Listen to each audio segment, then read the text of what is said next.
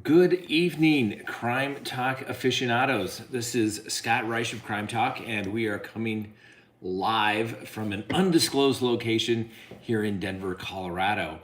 And the reason why we're doing a Friday night live session of Crime Talk is, for those who do not know, the affidavit for the search of the property of Chad Daybell, which was searched last Monday, I believe the 9th of June. Now, there was a status conference held this afternoon, and the preliminary hearing, which was set for July 1 and 2, has now been vacated and has been set into August. Obviously, the police continue their investigation. Chad Daybell may want to get set for a long ride along with Lori Vallow. So let's take a look at the affidavit that was released today. Now, this was prepared by Lieutenant Ron Ball. He is apparently leading the investigation. And, you know, we mentioned it throughout the week here, last 2 weeks here on Crime Talk, that the significant thing that of interest was what changed. Now, since last September of last year, when these children were last seen, JJ and Tylee were last seen, there was basically a standstill. Everything had come to a complete pause, and all of a sudden, you know, the police and FBI roll up on the Daybell property last Monday and, you know, start digging. You know, where they were, almost like they knew exactly what they were looking for. And as it turns out, I was wrong. I thought that maybe somebody had rolled. Maybe something was said at during a phone call through the jail, or a family member had learned some information and took this information to the police. Maybe even possibly, you know, Lori Vallow, the wife of Chad Daybell, maybe he would or she rolled on him, maybe to save herself. Not the case. What was the item of evidence that changed everything? That's right. The cell phone. The cell phone of the now deceased brother of Lori Vallow, Alex Cox. He was the one that the FBI and their cellular data team tracked, did all the data research, the triangulations, everything they needed to do. And I've how many times have I said it over the course of Crime Talk? This little cell phone provides the most compelling evidence. It's just a matter of being able to get to it and identify it. And so really what it amounts to is this little phone identified where everybody was and when they were on the property. And then there were some revealing text messages. So we would, let's kind of go through the affidavit. We'll try to answer questions as we go through. And cookie posts. What's this? You'll get to cookie posts. Oh, okay. And we will try to do this. We're working kind of on the fly because we're obviously not in the Crime Talk studio here. So, like I said, we're in an undisclosed location here this evening, but we wanted to, you know, kind of talk about it. So, the affidavit, typical stuff. The officer goes through his kind of background, gives him a little bit of, you know, credibility to the court. And we're not going to read this line by line, sentence by sentence. We're going to hit the high points. But obviously, since November 26th of 2019, the Rexburg Police Department has been involved for the search for JJ Vallow, date of birth 5/25 of 2012, and Tylee Ryan, date of birth 9/24 of 2002. The minor children's mother, Lori Vallow, has been charged with 2 felony counts of desertion of a minor child and 1 misdemeanor count of resisting and obstructing, 1 misdemeanor count of solicitation, a crime, and contempt of court. The contempt of court charge was obviously for the court order that was granted and that was ordered for her to produce the children. She ultimately did not. Specifically, Chad Daybell was present in Kauai, Hawaii on February 20th when Lori Vallow was arrested on the felony desertion charges. This particular officer, Lieutenant Ron Ball, was present at that arrest, and Daybell was also present on March 6th initial appearance at the Madison County, Idaho courthouse. As such, he is aware that Chad Daybell was aware of the felony charges directly related to the location, health, and well-being of the minor children named above. The affidavit continues that along with the FBI, they have been investigating the location and whereabouts of the two minor children. The last verifiable sighting of Tylee Riley was on September 8th of 2019 at Yellowstone National Park. The last verifiable sighting of J.J. Vallow was September 22nd, 2019 in his mother's apartment located in Rexburg, Idaho, by Lori's friend Melanie Gibb. That's who we talked about earlier this evening on our edition of Crime Talk. She is going and talking to the press, and more information was probably going to be coming out this weekend. Obviously, the tips continue to come in. The police continue to follow up on just about anything they could. The affidavit continues. Lori Vallow moved to Rexburg on or about September 1st of 2019 with her children, Tylee Ryan and J.J. Vallow, and her brother, Alex Cox. Lori resided with her children at 565 Pioneer Road. Alex Cox resided in the same complex, initially living in the same unit as Lori, and then moving into his own unit, specifically apartment 107. Now, the affidavit states, Lori Vallow's close friend, Melanie Gibb, has cooperated with Idaho and Arizona law enforcement regarding this investigation. Melanie Gibson reported that from September 19th of 2019 through September 23rd of 2019, she visited Lori Vallow at her new residence in Rexburg, Idaho. Gibb reports that when she arrived in Rexburg, Lori Vallow informed her that J.J. Vallow had become a zombie.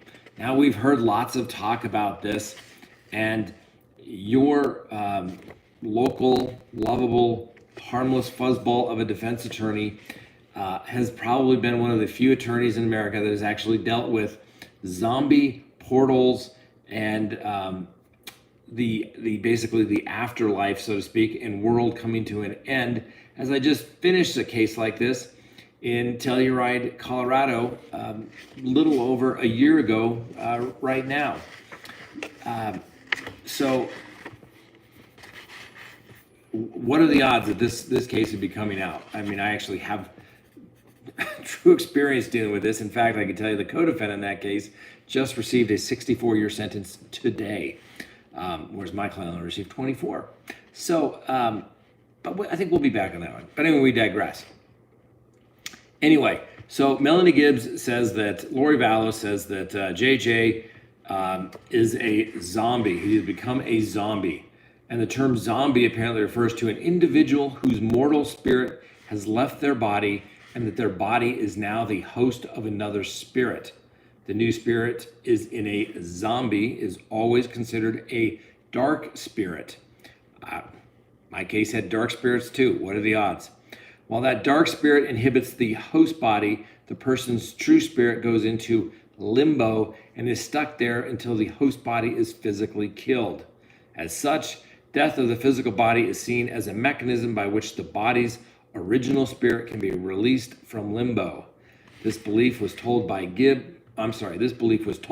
to Gibb by Lori Vallow.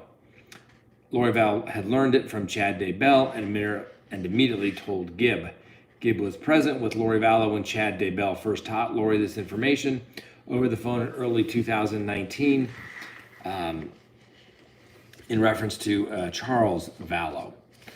So the whole thing getting even a little more weird and a little more bizarre because of these beliefs that people have that the world's coming to an end, bodies are being inhabited, dark spirits. Literally, this is like something out of the case I literally just finished about a year ago where we did trial. The affidavit continues that Melanie Gibb has further informed the police officers that Lori Vallow called Tylee a zombie in the spring of 2019. Gibb was on the phone with Lori and heard Lori call Tylee a zombie, to which Tylee responded, "Not me, Mom." This arose out of Lori requiring Tylee to babysit JJ and Tylee, and she did not want to. Lori Vallow also told Gibb that Tylee had turned into a zombie when she was 12 or 13, which is approximately the same time Tylee had become difficult to deal with. The affidavit continues. Melanie Gibb has further informed the officers that she was told by Chad Daybell and Lori Vallow that they held religious beliefs that they were part of the Church of the Firstborn.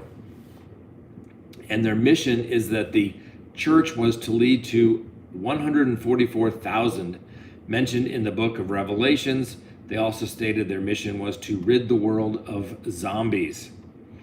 Now, obviously, when you start reading stuff like this, if you were the attorney for Daybell or Vallow, first thing you're going to have to think is, man, I need to have these two comped. Are they even competent to proceed with this type of case?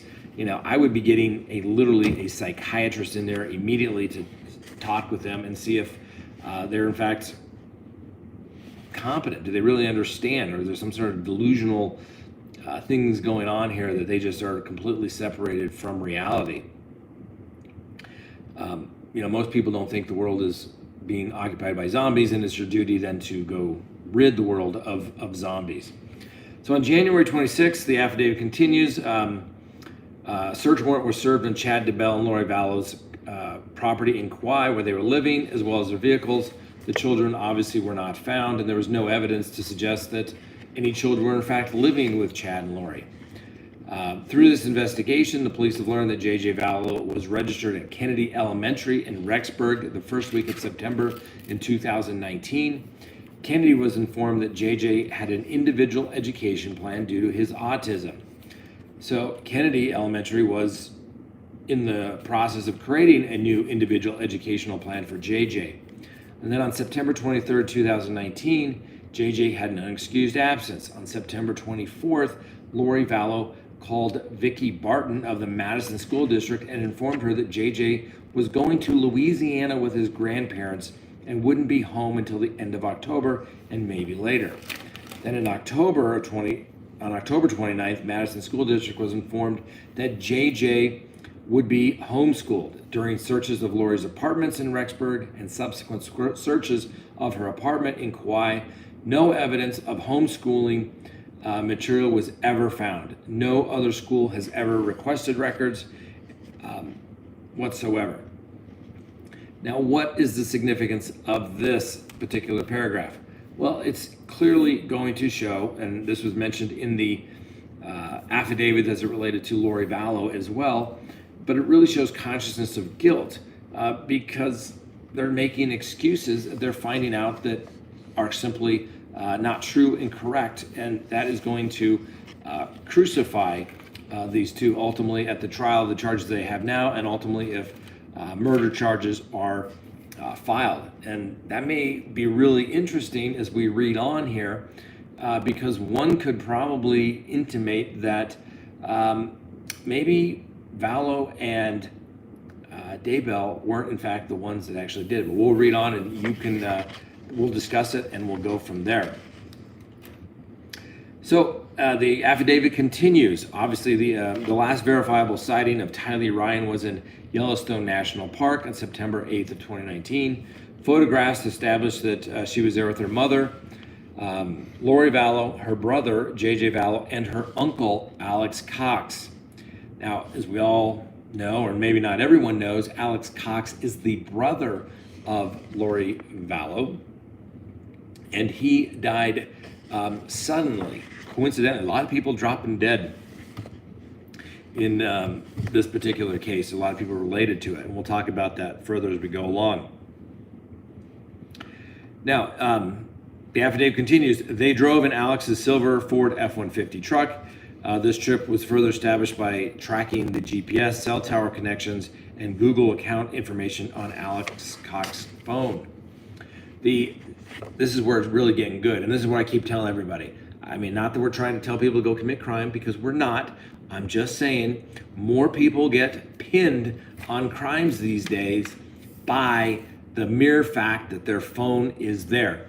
This little bad boy is collecting so much data. You have no idea how much data it is collecting. It is almost scary. When you drive down a street and all the little things pop up that say, would you like to join this network? Guess what? All that information is saved, and the police can access it, and they can literally follow you around where you're going. Had a bank robbery case where that's what they were able to do, and literally could track where they stopped, for how long, and it is extremely, extremely accurate. So this is where it really gets good, all right? The Cellular Analysis Survey Team, hereinafter referred to as CAST, is an FBI unit that provides analysis of cell phone records and presents the information to law enforcement. CAST has analyzed Alex Cox's phone and provided the location information mentioned in paragraph 13. The CAST analysis provides the locations of Cox's phone. Due to the officer's training and experience and common knowledge, I'm aware that most individuals now keep their cell phones with them at all times, and locations of the individual's phone can be used to establish the location of the owner of the phone. I'm telling you, this is so routine these days. If they think that you've done something, they can ping your phone. They can find it so easily. It's scary. It really is. I'm a little surprised it took so long in this particular case to get where we are today, but we'll deal with that. So it says CAST uses a cellular device, GPS data points, cell tower connections, Wi-Fi connections, and Google tracking information to establish the location of a cell phone. The GPS points used by CAST are considered to be highly accurate and can place an individual device within a 6-meter radius. I'm telling you, it's crazy how accurate this stuff is. And even if you try to turn it off, you can't necessarily do it because they're still pinging off of cell phone towers. It's amazing. CAST has further informed law enforcement that Cox's phone exited the CAST has further informed law enforcement that Cox's phone exited the west entrance of Yellowstone National Park at 1840. That's 6:40 p.m. His phone appeared at the Buckaroo Barbecue Grill in West Yellowstone, Montana, from 6:45 till 7:02. Cox then returns to Rexburg at approximately 8:37. The phone is then at Lori's apartment, Unit 175, until 9:35 p.m., at which time Cox appears to go to Maverick on Main Street in Rexburg at 9:43 until 9:53. Cox then went back to Lori's apartment at 10:44 through 11:15 p.m. At 11:44, Cox is located at his residence in apartment 107. On Monday, September 9th at 12 a.m. and at 12:44 a.m., Cox's phone was located at his apartment. However, at 2:42 a.m. in the morning to 3:37 in the morning, Cox is located again at Lori's apartment, where Lori lived with Tylee and JJ. The officer states that this is significant not only because he is there in the middle of the night, but also because this is the only time in September he appears to go over to Lori's between the hours of midnight and 6 a.m. At 4:37 a.m., Alex then goes back to his own apartment, Unit 107, until roughly 8:59 a.m. At 9:21, he was located at the property with the address of 202 North 1900 East, Rexburg, which is the residence of Chad Daybell. It should be noted that while Chad Daybell's address is listed as Rexburg, it is actually located in Fremont County, Idaho. At approximately 9:21, reading is a GPS data point and places him behind the home on Daybell's property near the east end of the barn. Alex Cox's phone was still at the Daybell residence at 10:39. At 10:47, his phone shows a hit at the city of St. Anthony. At this time, the police are able to tell he was actually inside the city limits of St. Anthony, which is about a 5-minute drive from the Daybell residence. Or this was a cell tower ping on his phone while he was still at the Daybell's residence. At 10:57 through 11:39 a.m., Cox is located on the Daybell property. At 11:52 to 12:02, he was at Del Taco in Rexburg. He appears to spend most of the rest of the day in his apartment. So we talked about that. Obviously, the police are saying they can ping somebody and locate somebody within 6 meters of the phone location where they believe it was actually located. And at one point, they believe that he's at the Daybell property, but then he says, oh, he's in the city limits. But with cell phone technology, you can have a cell phone tower right next to you, and your phone would not necessarily ping on that. It probably would because it's the strongest signal. But if there were lots of other people on that phone, or kind of a low signal, so to speak, it would go to the next, it would ping to the next strongest cell phone tower signal, which could be several miles away, given information, giving differences and things that may vary as it relates to the terrain, because we're talking, the little waves that move through the air to do that. Obviously, your phone doesn't stay on one cell phone tower the entire time, but clearly it shows that Alex Cox was at the property at that time. Now, this is where it also gets really interesting. Through this investigation, the Rexburg Police Department and FBI have seized, searched, and analyzed multiple cellular devices pursuant to several warrants. On June 1 of 2020, this agent was informed by Special Agent Ricky Wright of the FBI that the FBI had been examining a phone believed to be owned by Tammy Daybell. Tammy Daybell is the now deceased wife of Chad Daybell, but it didn't take Chad Daybell long to get over the loss of his wife, because yet some 2 weeks later he was able to marry Lori Vallow and obviously run off to Hawaii and get married. As it states in the affidavit, Tammy was Chad's wife and died on October 19th of 2019. The FBI then found a text conversation between Tammy and her husband, Chad Daybell, on September 9th of 2019, which is the day after the last known sighting of Tylee Ryan in Yellowstone National Park.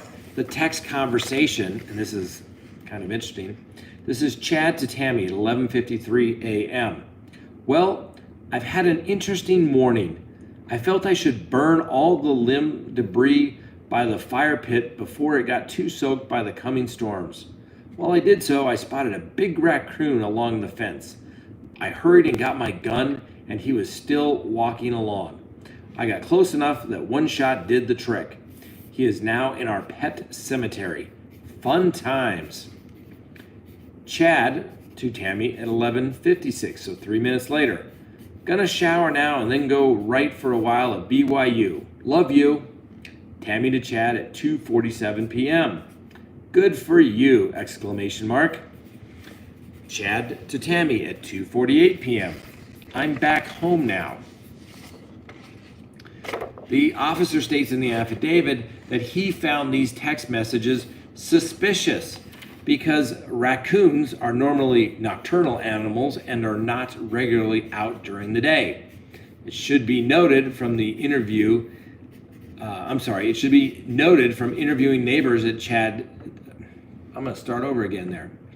It should be noted that from interviewing neighbors of Chad Daybell, we are aware that in mid-July of 2019, Garth Daybell, Chad's son, told their neighbors that Chad had shot a raccoon out of a tree on their property during the day.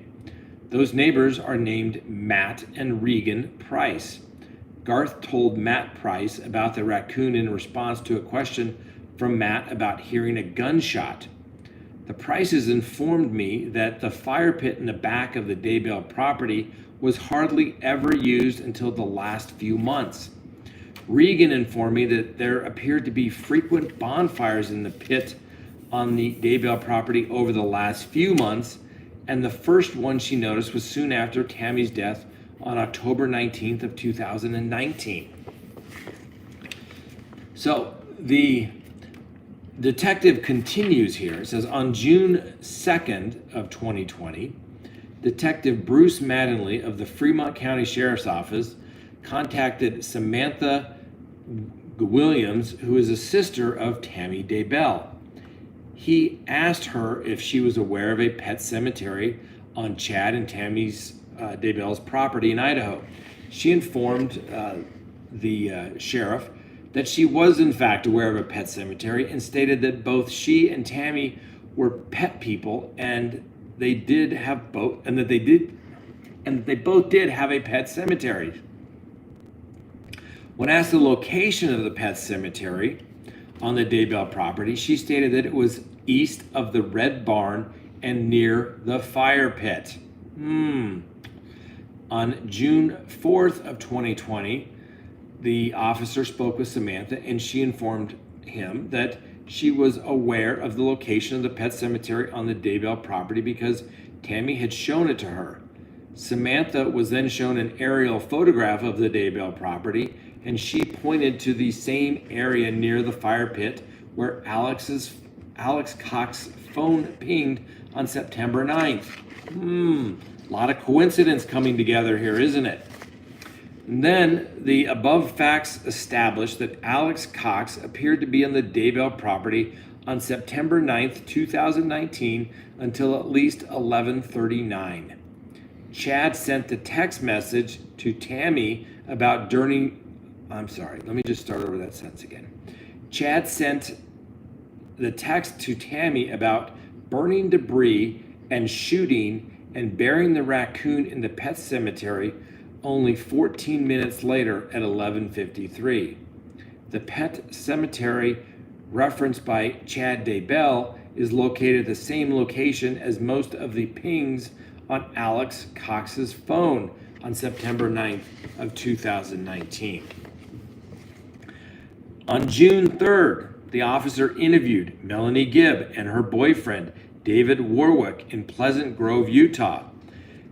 Apparently, all three of them discussed in depth the weekend of September 22 and September 23 of 2019 due to the fact that both Gibb and Warwick stayed at Lori Vallow's residence in Rexburg that particular weekend. Gibb informed me, referring to the detective, consistent with information she had previously given to law enforcement, that she arrived in Rexburg on September 19th of 2019. Soon after she arrived, Lori Vallow informed Gibb that JJ had become a zombie and pointed out behavior such as sitting still and watching TV, claiming JJ said he loved Satan, and an increased vocabulary as evidence that JJ was now a zombie. Gibb observed JJ behavior and felt it to be the same as she had always observed it to be. Now, the affidavit continues. The last time that Gibb and Warwick verifiably saw JJ was the night of September 22nd of 2019. Warwick informed the police that it was late and that Gibb, Vallow, and Warwick were going to do a podcast. Warwick said that JJ was acting up, so Alex Cox took JJ to his apartment into the complex. When Alex returned later that night, he was carrying JJ, who appeared to be asleep, and his head on Alex's shoulder.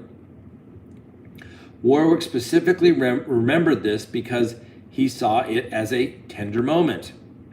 Warwick further informed the police that when he woke up the morning of September 23rd, he asked Lori where JJ was.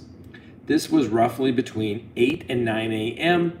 Lori then informed Warwick and Gibb that JJ had been acting like a zombie and had been crawling on the kitchen cabinetry and had gotten on top of the cabinetry in the space between the cabinetry and the ceiling.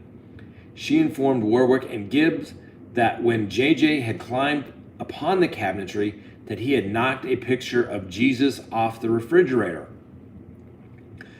Vallow then informed Warwick and Gibb that Alex had come and taken JJ.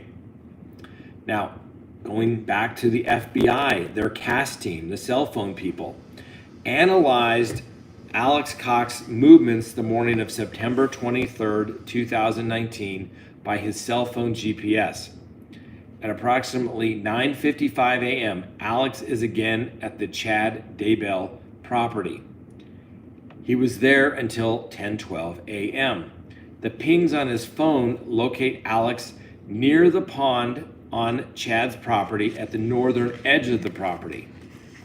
On June 3rd, the officer asked Special Agent Ricky Wright of the FBI to analyze the frequency of Alex Cox's visit to Chad Daybell's property during the month of September.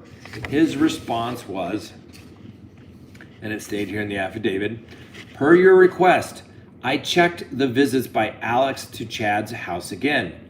There were only 4 visits by Alex during the month of September. These were on September 6th, between 12:41 and 12:53, September 9th, September 23rd, and September 25th, between 10:05 and 10:22 a.m. During the two visits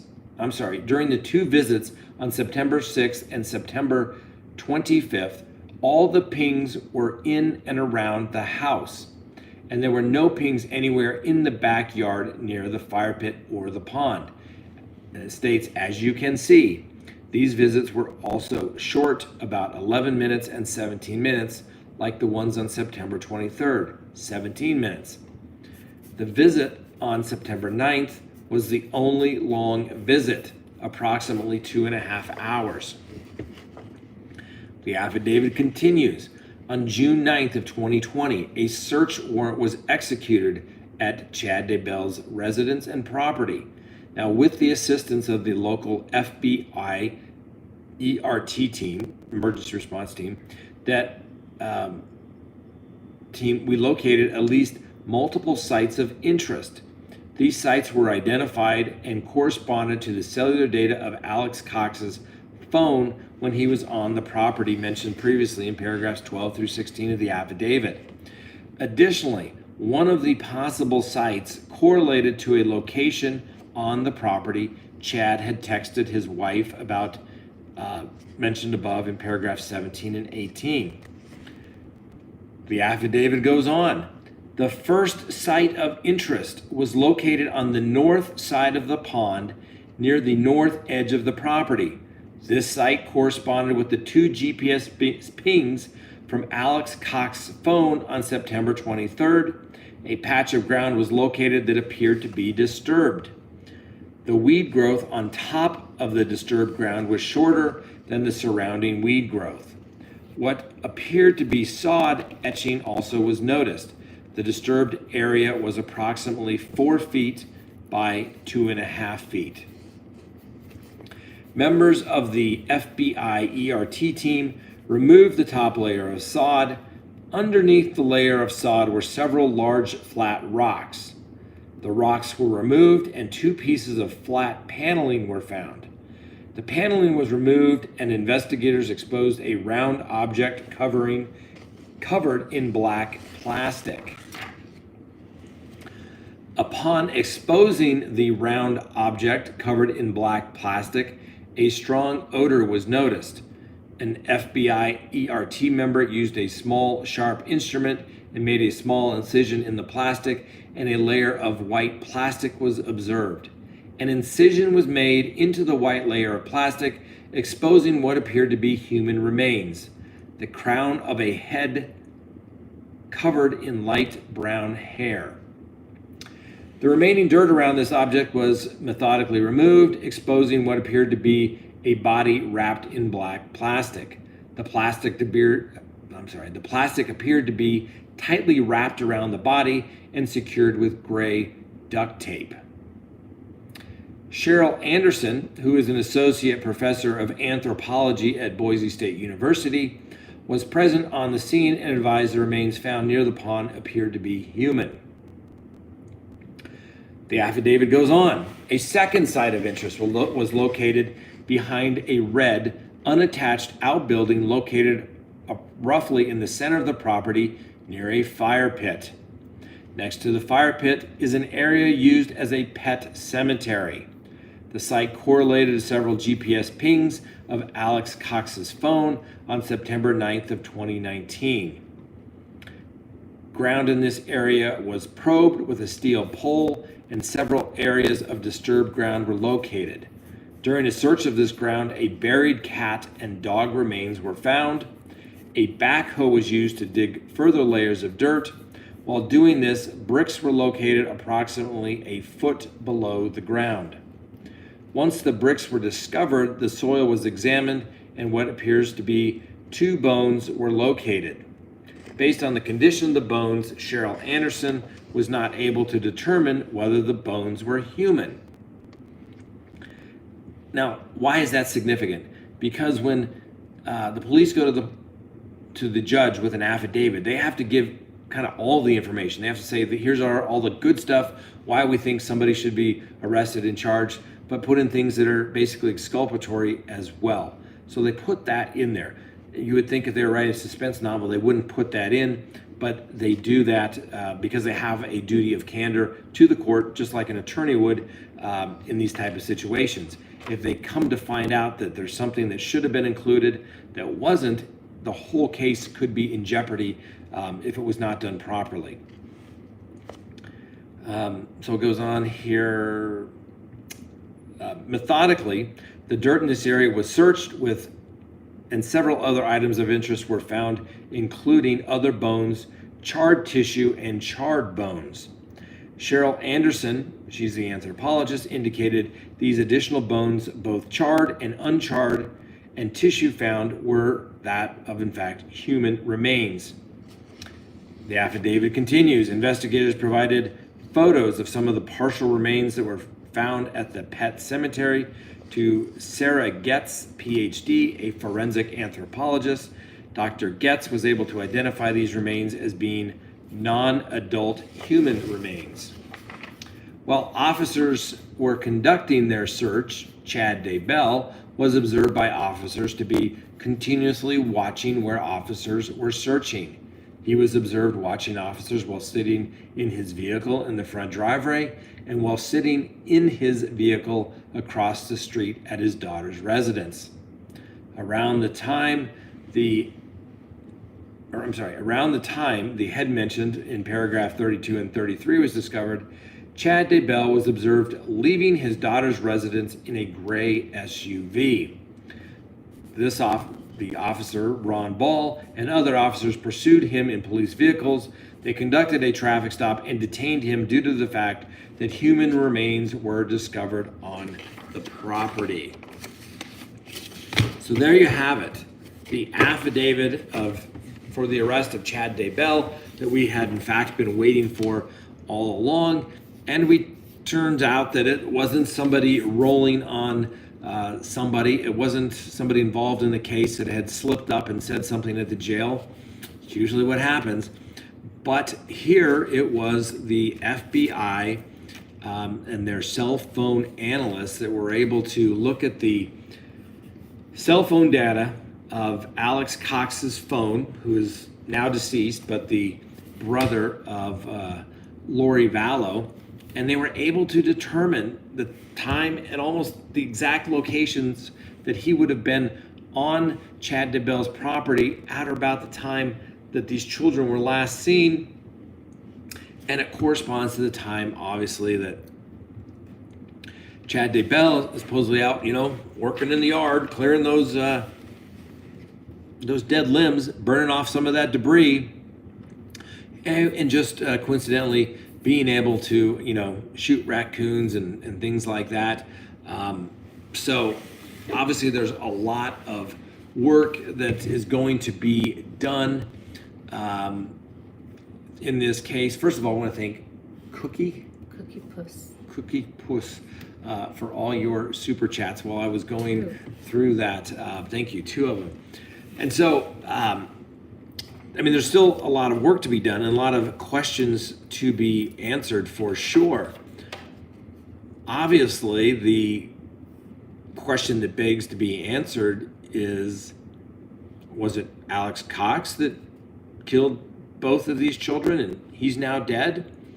What did Lori Vallow know? What did Chad Daybell know? When did they know it? Were they part of this? Was this just a big plan? Was this something that they conspired to do?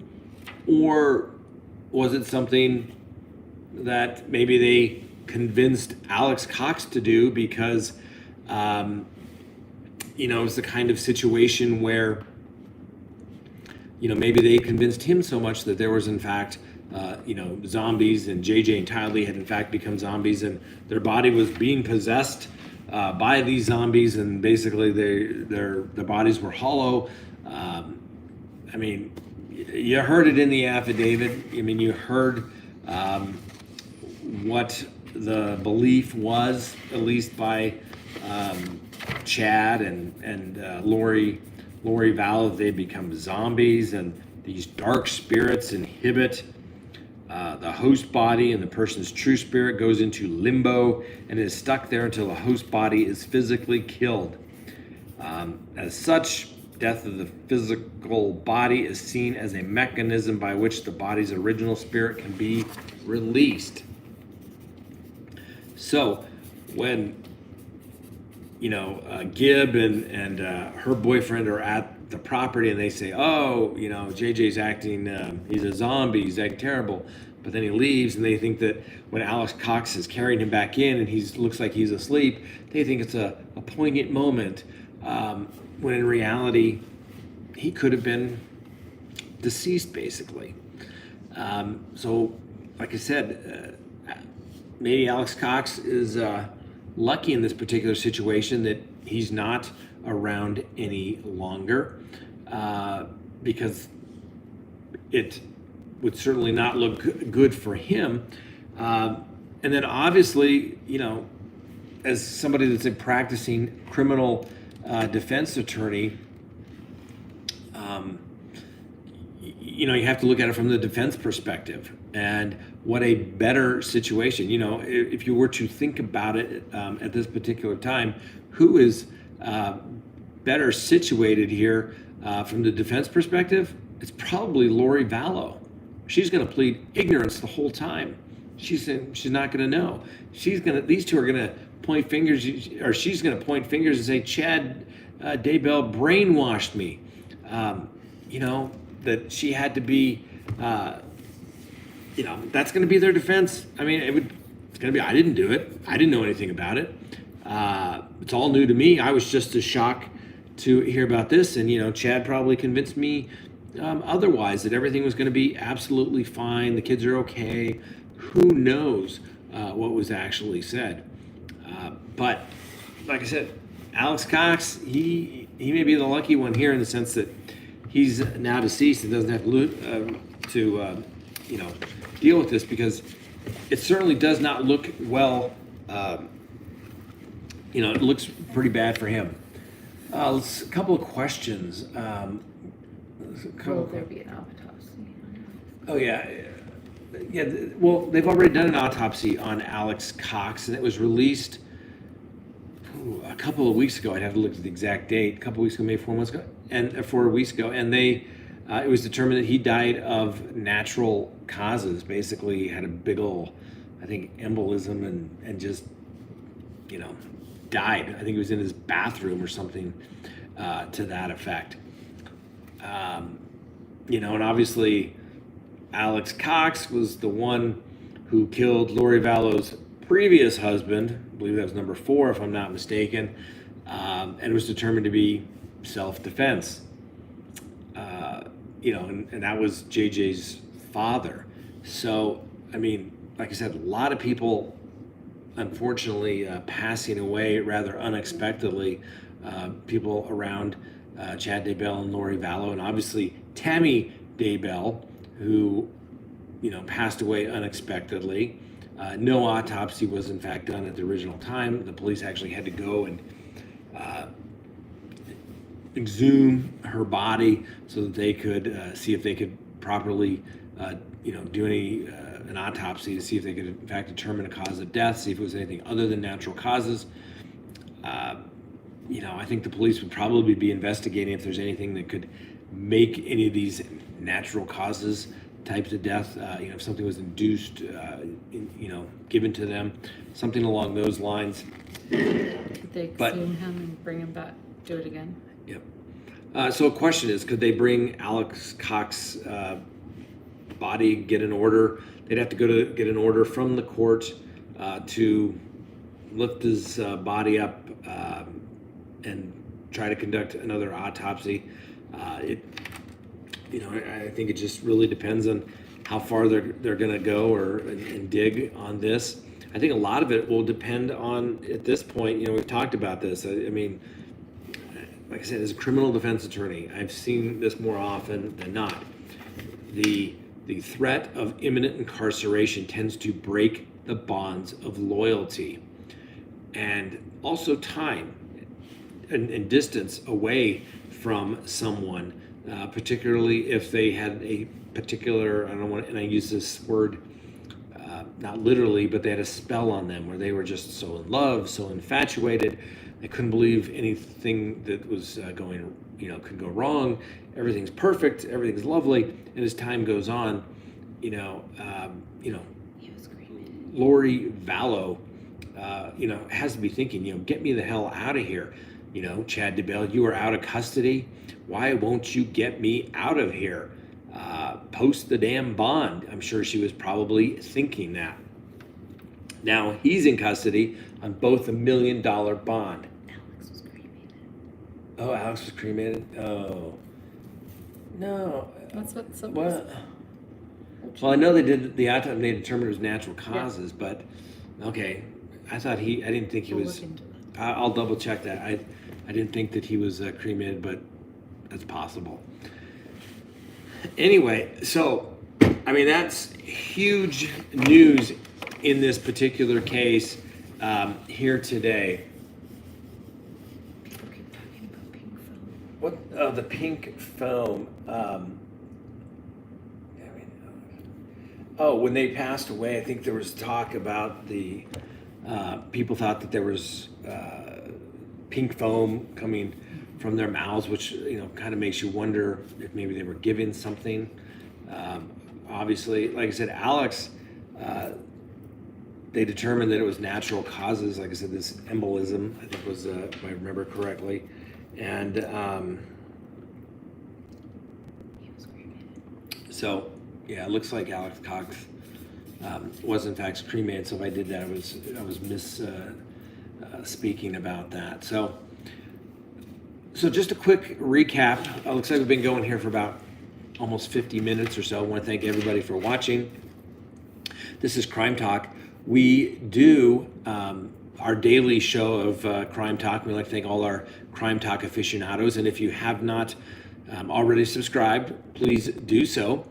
And hit that little bell so that you receive notifications of when we go live or put up a new video. Like I said, we try to do that every day, Monday through Friday, and sometimes on the weekends. And if there's something good going on, like tonight, late Friday afternoon, late early evening Friday afternoon, there's the affidavit is in fact released by the court. The court granted the order unsealing that, but it clearly gives us a much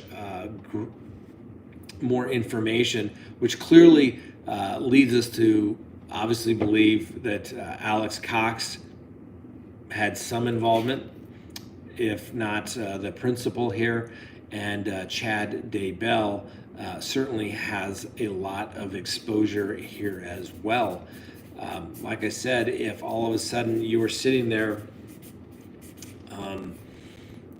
Alex Cox, Chad Daybell hasn't been charged with anything other than basically having, these remains on his property. Carries 5-year sentence for each count. You got Lori Vallow looking at 14 years on each count for the desertion charge. But nothing and no one to date has in fact been charged with murder. And that's going to be the next big question is there enough evidence here to actually go ahead and charge Vallow or Daybell? I mean, you've seen just from this affidavit, we don't have all the information, and it's taken this long for them to go through, download, analyze those cell phone records to the point where they're actually able to, determine that, what a coincidence. Chad or Alex Cox had his phone and he was on the Daybell property coincidentally right during this time period, and coincidentally they can trace it to the exact location where the bodies of JJ and Tylee were actually found. And the talk with Chad Daybell to his deceased wife, saying he's out there going to burn some items and shot the raccoon. It's just absolutely crazy. Thank you. I've been giving a note here saying thank you to Deja Vu and Respiragu. Yeah. Respiragu. Thank you. Super chat. Super chat. Thank you. I always appreciate super chats. Always do. Always helps. We're not going to sit here and beg for them, but we do appreciate it, and it does highlight your question as they come through. And fortunately, And Angelina wished me happy birthday. And Angelina wished the lovely Miss Kristen a happy birthday, because it was in fact her birthday just the other day. So we appreciate the lovely Miss Kristen helping us out this evening. Anyone have any questions here? I mean, I think this is a significant moment. I didn't know if the court was going to grant the release of the affidavit until, the preliminary hearing. Obviously, the preliminary hearing was continued as well. My guess is this attorney that just got in the case was saying, hey, let's pump the brakes here just a little bit, figure out what in the heck is going on. He needs to get up to speed. They need to do some investigation. They need to start analyzing it. And remember, from a criminal defense perspective, it took the FBI here, some 9-10 months to get this information. I guess I take that back. I mean, it was really, here we're in June, November is when the first report was really made by the grandparents. So, they're like 8 months out. Okay, and they start doing their investigation, they start figuring what to do. But this took time. And so the defense is going to clearly have to get their own cell phone expert to go through and double check and literally evaluate and possibly challenge every assumption or fact that has been made in this affidavit, so they can challenge potentially the veracity of the affidavit. If there's something else out there that was exculpatory that wasn't included in the affidavit, was there something that was put in that maybe turns out later to be not true or not verifiable when the defense's expert goes through the cell phone? It's going to be interesting. The cell phone data, we've talked about this, and we were just having a phone call conversation today with a cell phone expert. It's a computer. It collects so much data that, as we've seen, it can literally trace you down and say you were at the barbecue restaurant in Yellowstone, and a little bit later, you're back in Idaho, and literally they can pinpoint within such degree that they can tell you're probably in an apartment or near that apartment within 6 meters, and when you leave and come back, and by happenstance, happen to go in the middle of the night to do this. Maybe do a little zombie killing there, Mr. Alex Cox. Was that what you were out doing in the wee hours of the morning? I've said this before. This case gets more bizarre every single day. But this case is also a good example of why sometimes police have to tell people to be patient. They're working on it. This stuff does in fact take time. Obviously, this is a high-profile case. Probably, once Lori Vallow was arrested, they really had to kick it into high gear and get rolling on this. And they did. And look what they found. The problem with anything that the defense is actually going to come up with is they're going to say, ooh, we just have, okay, whatever you say is all well and good, Mr. Defense Attorney, but guess what? We still found the remains of 2 deceased children on Chad Daybell's property. And oh, by the way, it looks like you were probably out on this property with Alex Cox. And oh, by the way, Lori Vallow, although they can't say that she was out on the property, she was in the house, but did she come out to the property? Was she aware of what was going on? Is she an accessory? Or was she a co-conspirator? Was she complicit in first-degree murder? These are all the kinds of things that hopefully are going to come out here very, very shortly, and we'll see if the prosecution is going to be able to move forward on this case. Clearly, when you start talking about zombies and dark spirits and portals, people start wondering whether there's competency issues. That's going to be another factor here as well. You've got a mental health aspect with the scientific aspect of the cell phone data. It's going to get good. Thank you, Lucia D. and Mary O'Connor. Thank you very much for super chats. Appreciate that. I guess let me see if there's any questions that really seem to be dominating any comment section here, or whether it is just shock and disbelief. It looks like we had I think at one point Chad and Lori's phone. 4,000 4,000 viewers this evening. That's pretty good for a Friday night. Can't believe it's Friday night because it's Friday. I'm still wearing my Interrupting suit dinner. from Where's the Lori's office, interrupting people's dinner. David? Dinner's ready. Where's Lori's affidavit? Lori Vallow's affidavit was previously made available when she was in fact arrested as it relates to the charges of desertion. That particular affidavit was filed February 18th of 2020. And it's very similar in the fact that the stories that Lori Vallow, in fact, told various people about the location of the children. The police looked into it, turned out not to be true. I think the biggest thing, probably the saddest thing, was they returned JJ's dog, his emotional support animal that he had. They returned it basically. Oh, he won't need it. These are all things that just look so bad. If you remember, you go back to the Watts case.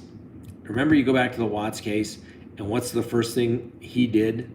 His children, his wife are missing, but yet he calls the school and tells them, he won't be back. They won't be back, right? Same thing here. It's almost like they knew that they were gone. They knew that they weren't coming back, right?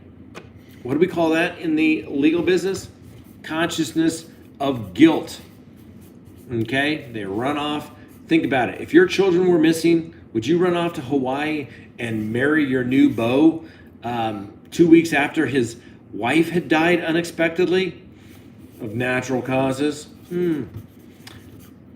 It's not normal behavior. A loving mother and father, even stepfather at that point, would be there looking for the kids. They would be the first ones out there searching. They would be the ones telling the police, why are we not searching enough?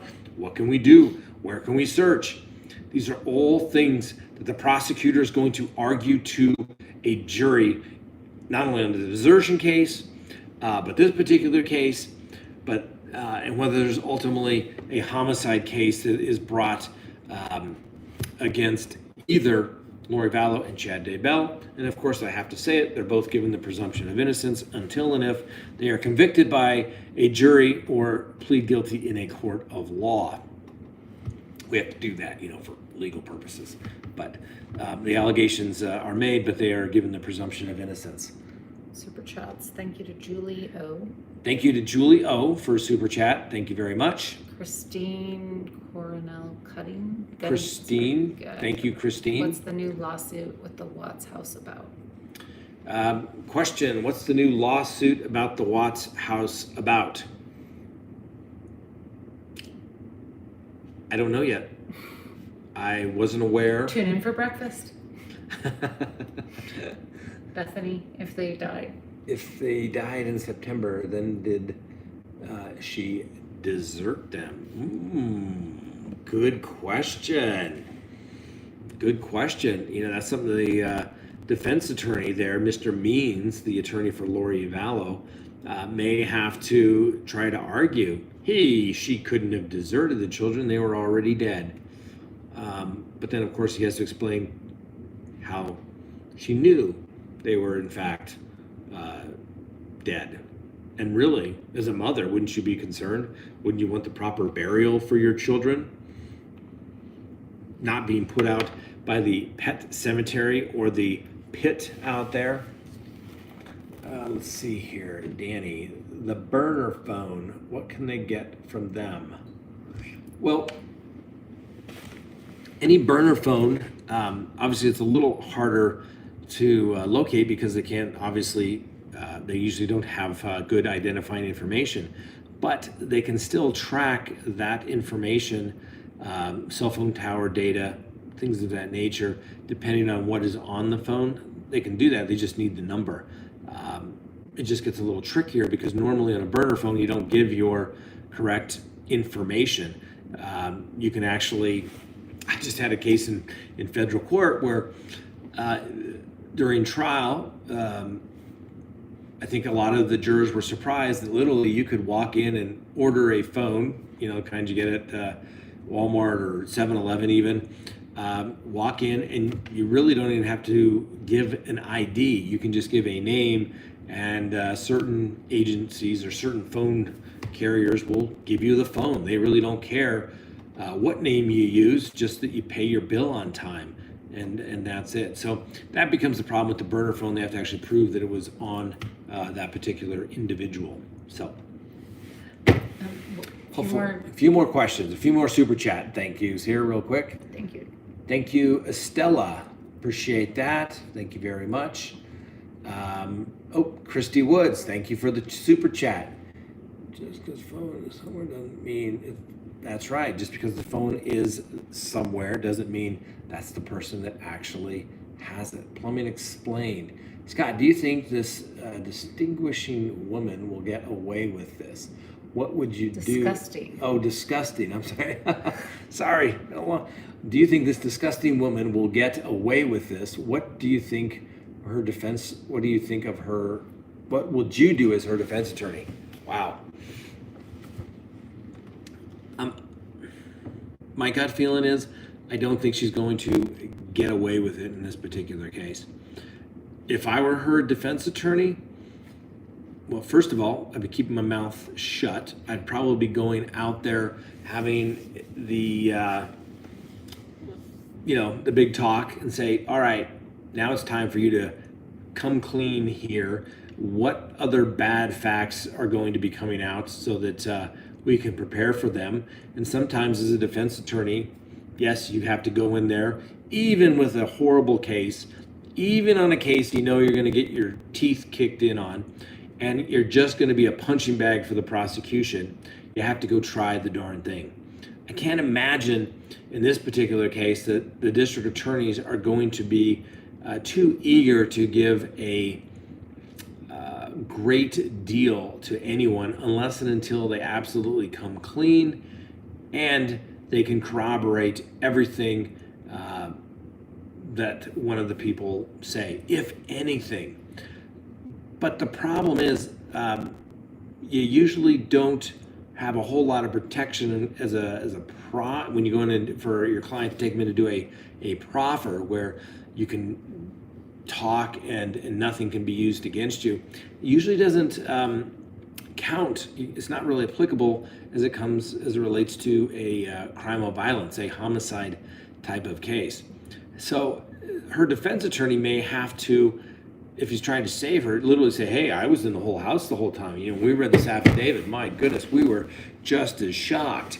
And probably would have to get some sort of psychologist or psychiatrist to explain away why Lori Vallow, was maybe some sort of follower and who would fall for this whole zombie and your kids are, zombies and you have to kill them because the body's going to leave, that kind of situation. I mean, that's what I think her defense attorney is going to have to do in this particular situation. They need to hang low. They need to keep their mouths shut and be shocked. And, how could my brother have done this? Or how could my new husband for Lori Vallow, how could he have done this? I'm shocked. And, maybe try to cut a deal on their desertion or something along those lines. But they're going to want somebody, I'm telling you, as a general rule, as a criminal defense attorney, the general rule is there's a dead body, somebody has to go to prison. And now we got 2 dead bodies, they're going to want a couple people to go to prison. Thank you. Thank you, Alicia Gallegos. Julia O, thank you very much. Hopefully we'll be able to make some sense of this somewhat bizarre case for sure. Thank you, Estella Scooten. Did I pronounce that right? I hope it did. D. Sven, appreciate it. Thank you for your show. I get a lot out of it. What brand of glasses do you wear? Thanks. Well, thanks. These are my glasses. These, what do they call them? There's some sort of antique thing, I think. I don't know. They're like the old guy. They're like antique stuff. As my kids try to say, Dad, why do you have to wear such old stuff? Bella Dame, thank you very much for the super chat. I appreciate that. All right. We'll see if there's any burning questions here that I know there's so many questions. They go by so quickly. It's so hard to do. Crystal Cox. If Lori's kids were zombies, why weren't Chad's? Do you think they're both eventually be charged with murder? I think they're getting close to having murder charges. And that's a very good question. Why were Chad's children not possessed to be zombies? I don't know. Maybe because Chad's children were older. I mean, I think the one lives across the street there, but they all, I believe, are older, basically grown. Whereas, maybe these two were having a midlife crisis or something, and they didn't want the kids around. Who knows? This is just weird, And like I said, there was a case out of Montrose. We did last year. It was actually it started in Telluride, had to change the venue within the same judicial district, but literally that was the first thing that came out of the case and all the newspaper stuff, that our people were part of a cult. They had these beliefs and waiting for the portals and the end of life to come. And it's the kind of thing where literally at first, and I'm sure Daybell's attorneys are looking at this as, what the hell are they thinking and why is this coming? Because whether you have beliefs and whether they're not necessarily mainstream beliefs, it doesn't necessarily mean that your client's crazy. They could just really believe it. If people say, "Oh, I think there's aliens out there," some people say, "No, there aren't aliens out there." Well, frankly, nobody really knows. So who's right? Maybe we'll never know. And so that's the kind of thing when it comes to these religious beliefs, cults, whatever you want to refer to it as. If they truly believe it, doesn't necessarily mean they're crazy. They just may have very strong beliefs, and that's it. So, Two more super chats. Dinner's ready. What happens if the deaths are determined to be natural causes? That's a good question. If they'll even be able to do that. We do know that one of the bodies was in fact burned and charred based upon the affidavit. Additionally, as time goes by, obviously the body decomposes, the organs disappear, and well, unfortunately, like the case I was just talking about that I've handled in the past, in that particular case, these children were left in an automobile. But by the time they were found and located, for lack of a better term, they were basically mummified in form.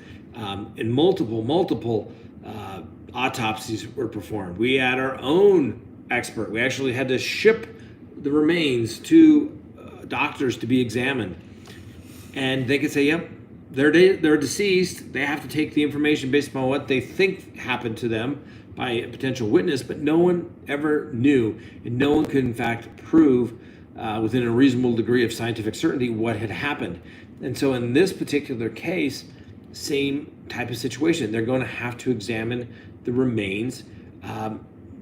If someone was asphyxiated, if someone was poisoned, they may be able to see that. It really depends on the state of the body. More than likely, it's decomposed, but I don't want to speak out of school because I don't know what they've actually found, and we just don't know yet. So it's going to be very, very interesting to see. Scott, can you answer some non-super chat questions? Let's do this. Michael, what's the question? I don't know. Oh, yeah. We'll answer some non-super chat questions. It's just easy when people, we've had up to 4,000 people and people are answering questions and it's hard to keep up. So, like I said, super chats, not required, appreciated, certainly helps because they get highlighted when they go by there. So we try to do that. Lori and Chad are the real couple. I hope investigation can trace evidence on the kids to Chad or Mr. Cox. I agree. Thank you, JJ. JW. I'm sorry. I had JJ on my mind. JW. Thank you. All right. Well, we've gone for a little over an hour. This was a little unexpected this evening, but we thought we would do a quick live as it relates to the release of the affidavit related to the arrest of Chad Daybell, where obviously they found human remains of children on the property, whereupon he is now being held in custody on $1 million bond. Post the affidavit. We will post the affidavit. I'll see if my crack IT team can get that up on Scott at ScottReisch.com. Along with other documents that we posted there over the years, the last couple of years that we've been doing that, and we will do that for sure.